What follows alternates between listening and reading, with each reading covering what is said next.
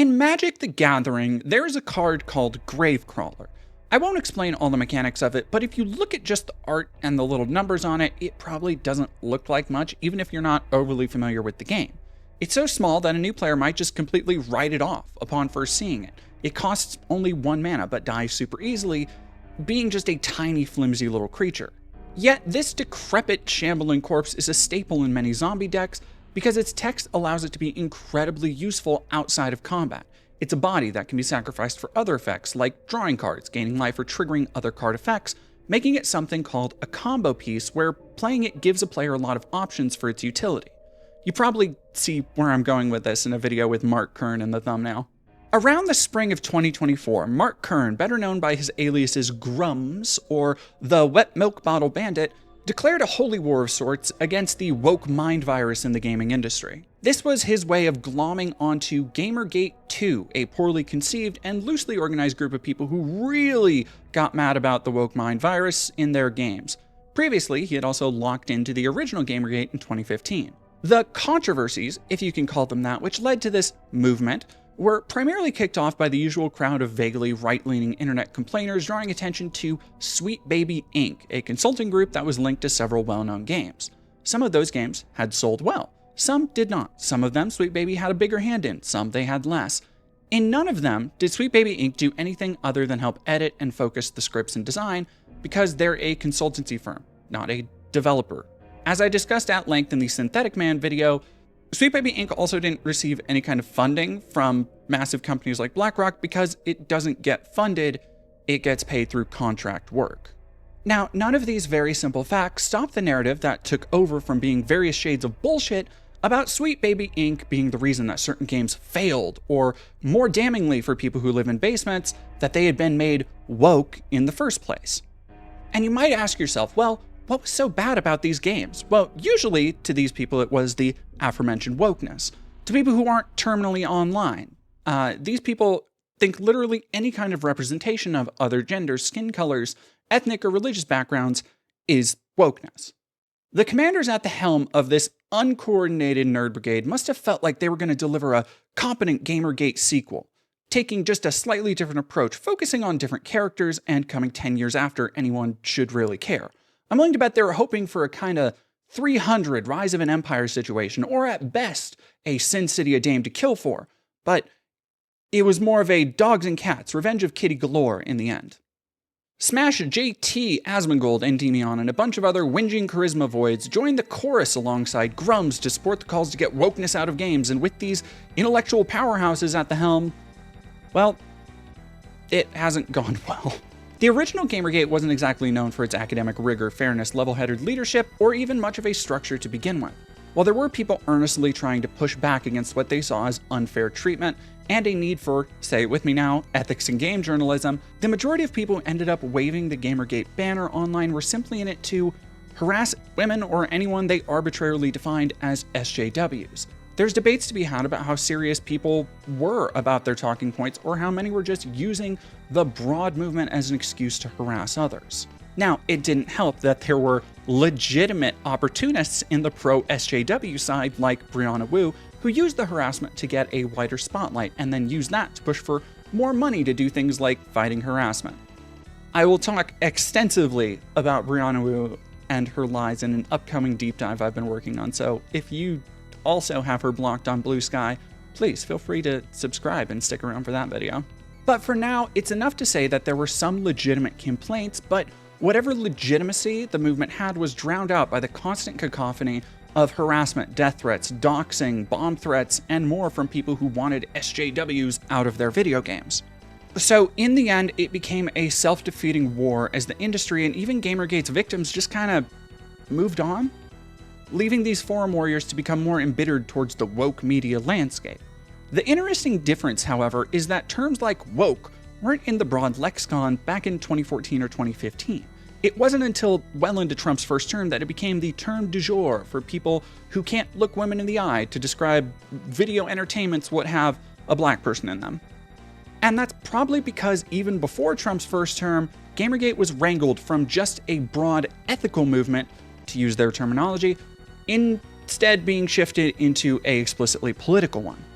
It's well known by now how political agents like Steve Bannon and Milo Yiannopoulos used Gamergate and funneled the aimless rage of primarily young and primarily white men to a political end, which is part of why harassment likely became so commonplace, particularly towards women, people of color, and the SJW menace. They literally used their hack-ass rag Breitbart to focus on Gamergate and turn it from a tiny, middling controversy into a conservative culture war issue. Keep in mind, there was nothing really about SJWs ruining games that had anything to do with the very first targets of Gamergate. Anita Sarkeesian was making a video series on feminist readings of games, and Zoe Quinn had a controversy about a review of their game. You might say, well, yeah, but Anita was being an SJW talking about games. To which I say, who gives a shit? Anyone can make a video on anything they want. She wasn't the fucking SJW Moses climbing to the top of Mount Wokeness and bringing down the 10 commandments of woke game design and ordering every developer to abide by them. She was just a critic people didn't like. Yet, as Gamergate progressed, the narrative, at least for many of its most loyal adherents, became that it was about the SJWs. It was about women being in men's spaces. It was about fighting feminism. These ideas spread through the regular forums, entwining with incels, alt-right, and other adjacent ideologies. There have always been assholes on the internet, but in a very real way. The way Gamergate was pushed through the filter like a cheese grater of right-wing ideology led to the intensely polarized internet landscape we have today, to the point where noted bad video game player Elon Musk has tipped his fedora in their direction. And part of that includes people who are most active in the shitty direct-to-video sequel, Gamergate 2. Now, right-wing culture war slop factories like The Quartering got their start around the first Gamergate and took advantage of nearly any culture war that they could to pump out poorly produced, bile-filled garbage. These videos often have no cogent analysis of the subject matter and usually just repeat the talking points others have already taken, which coincidentally aligned with whatever way the wind seems to be blowing for the online right. Black Stormtrooper? Woke. Desexualized teenager? Woke. Paying someone a living wage? Woke. There's no end to the bullshit spewed by these modern Alex Jones-style hucksters as they also tack on their ads for shitty drop-shipped coffee. So it's not even kind of worth debunking any of their original arguments, because by the time you debunk one video, they'll have posted 5 more to move on to the next fabricated controversy, hoping one of them takes off and they can bilk it for all it's worth for the next couple weeks. They're gish-galloping, monetized content, and encouraged by YouTube's hit and maybe miss algorithm that doesn't care about the quality of content being posted so much as it meets an arbitrary timestamp and can be used for ad revenue. Like, seriously, I don't understand how anybody cares about this. People suddenly are mad because, oh yeah, everyone gives a shit about the dwarves and Snow White. All these 40-year-old men, you really need to getting into the Snow White fandom. Give me a fucking break. Suddenly that poorly made cartoon you watched as a kid is being remarketed to a new generation to sell more toys, but it's in a different art style, and that's why a grown man needs to be angry at minorities. And you can see why so many people resort to lazy content with unoriginal talking points with some of the loudest voices against wokeness in games currently ruining the industry. Just go look up how channels like Andy Pants Gaming and Endymion TV have grown, literally capitalizing on impotent internet rage slop. Like seriously, a bunch of Andy Pants videos are just scrolling around a spreadsheet or even just glorified image slideshows without narration. And for the lack of effort, look at the fucking views he gets, because being controversial and inflammatory is guaranteed to get attention. But Gamergate 2 was never going to work, at least not achieve any tangible goals, because at the end of the day, the majority of people who actually buy and play games just kind of don't give a shit. We're not doing this shit. It's a fucking video game. If you are upset that there's a black guy in a video game, fuck off. I don't want you here. I don't care. Stop. I'm not doing this fucking argument. Every goddamn game these days. Oh, it's woke. Oh, there's a black guy. Oh, there's a trans person. Shut the fuck up. Either play the game or go the fuck outside, bro. It's not that hard. God damn. I've been on this earth 37 fucking years. When I was a kid, guess what? If a game came out and I didn't want to get involved with it, I didn't fucking play with it. I didn't go on the internet and cry like an entitled little child, wah, wah, wah, wah. The game doesn't have stuff that I want. So shut the fuck up and leave, bro. Are you that much of a fucking loser that you're seeking out streams of a game you don't like Just to be like, wah, I don't like this. There's a black guy. Shut the fuck up. Nobody cares. Nobody cares. And I think people like Mark Kern, Smash JT, Jeremy from the Quartering, and all these other dipshits know this. It was never a serious or realistic goal to defeat the woke mind virus in the industry because these people never actually proposed real solutions. What they sold was outrage, and in return, they got attention. Seriously, consider for a moment, what was their solution? The closest they got to a victory was Elon saying he was going to make a non-woke AI game company. Grums was one of the only people in the movement who was actually any kind of game developer with a history, and he wouldn't know how to deliver a product if it already had the fucking address on it. They tried to centralize their criticism on blogs and news sites, but one glance at those sites shows a total lack of actual journalistic oversight and quality control, because at the end of the day, these people don't have the standards or talent of the developer or journalists they rail so hard against. And I think they know that, and it's probably why they're so mad. First, I want to talk about how the Gamergate 2 culture war just so happened to coincide with the 2024 election season. Being in such close proximity to right-wing online spaces, it shouldn't be surprising that many of these dorks openly endorse Trump. But I still think for a lot of people in the audience, Gamergate 2 was an outlet for their conservative activism. This is entirely speculation, I want to be clear, but I think the same contingent that was harnessed by Milo and Bannon was all but abandoned as Trump pursued friendless billionaires instead this time around. Bannon wasn't focused on Forium warriors for MAGA, he was pitching big picture fascist retribution. Yet I think for the people who made up the Gamergate crowd, including younger incels who weren't around the first time and old heads desperate for a shred of the internet clout and sense of purpose it gave them, clamored for more. They wanted an outlet where they felt they could meaningfully represent the political causes they believed in, and for a group of people who seem to think the internet is real life, video game characters warrant death threats, and spend their days debating the artistic merits of big anime tits, the best way to be politically meaningfully active is apparently posting, which really is where Mark Kern comes in. Last year I talked a bit about Mark and his history and why he's such a perpetually embarrassing figure, so go watch that for the full rundown. But a recently fantastic documentary expose was also released on the channel MYOB that shone even more light on the crushing depths of his personal depravity. I highly recommend watching that video and whatever follow-up comes along, and I'll link the video down below, but long story short, it's proven that he ran a series of bizarre and violent fetish sites and likely swindled donators out of money for his poorly written erotica. I recently read some of the highlights on stream, so enjoy. She stepped up to Donna so that her bullet-like breasts pressed into Donna's chest. Donna flipped her a sarcastic smirk and gave her a little shove back with her own orbs.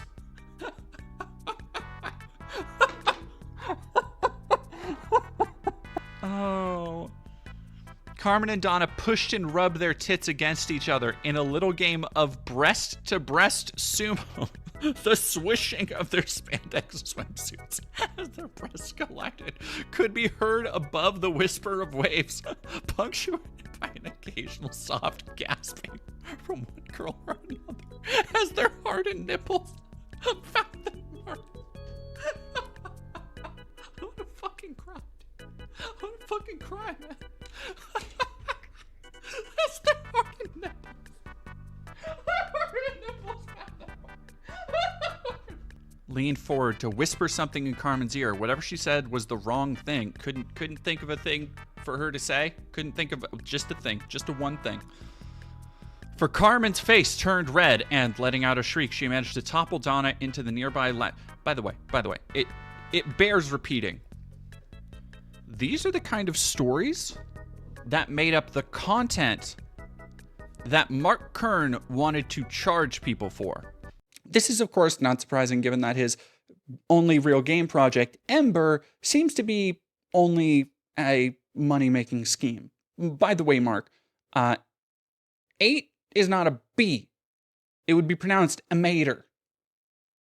Secondly, plenty of other internet sleuths and investigators have done the footwork to find out that Mark has settled into a rhythm of overpromising for the project, then under-delivering to the point that even his own die-hard fans who have been in the Emater Discord, because they're so hyped for the game, have openly doubted and questioned how much the game has actually been developed. So if Mark is a game dev who's just out here fighting an honest fight against the woke mind virus, why is he being targeted? Why, in his words, is he being doxxed and threatened?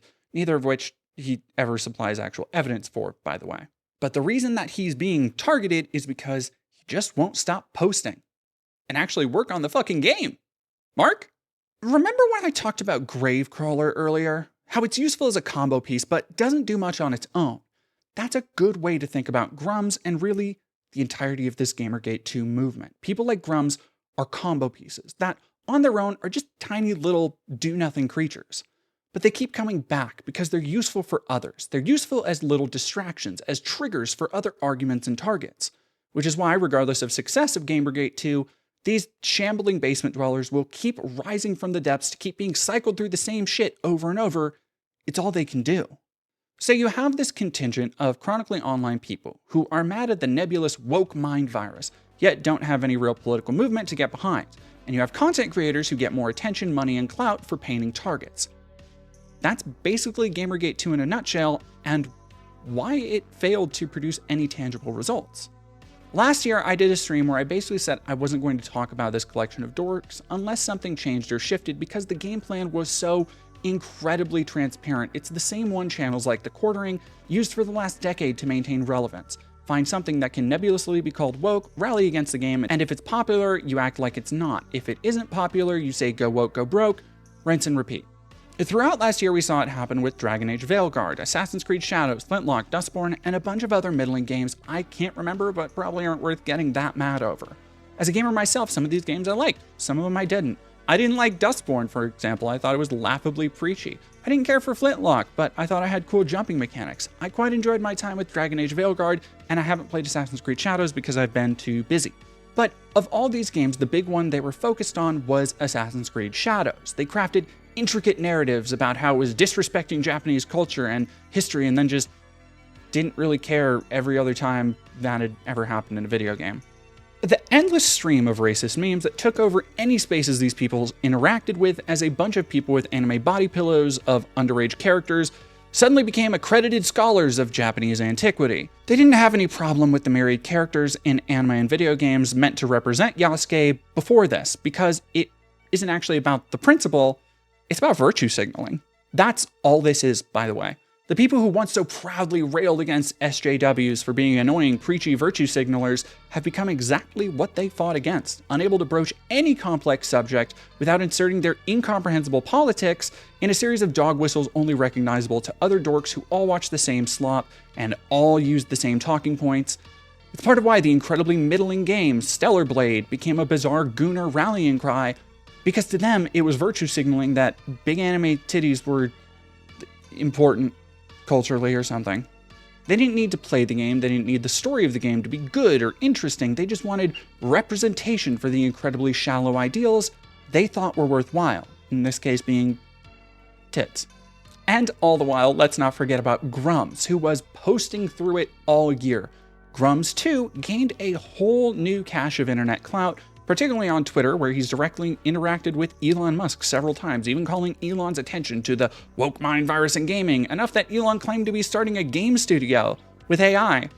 Remember that, Elon? Where's the game studio, Elon? Where's the game studio? Now, the first big game Grums would put his chips on last year was the aforementioned Stellar Blade, a game I talked about more in depth in this video. I don't want to relitigate that whole video, but the long and short is, like most of these other games, it just wasn't worth the effort that went into representing it as some sort of cultural victory over wokeness. Yet, when it also didn't become the cultural phenomenon the hardcores insisted on it being, the rest of the world just moved on, like all of these other controversies.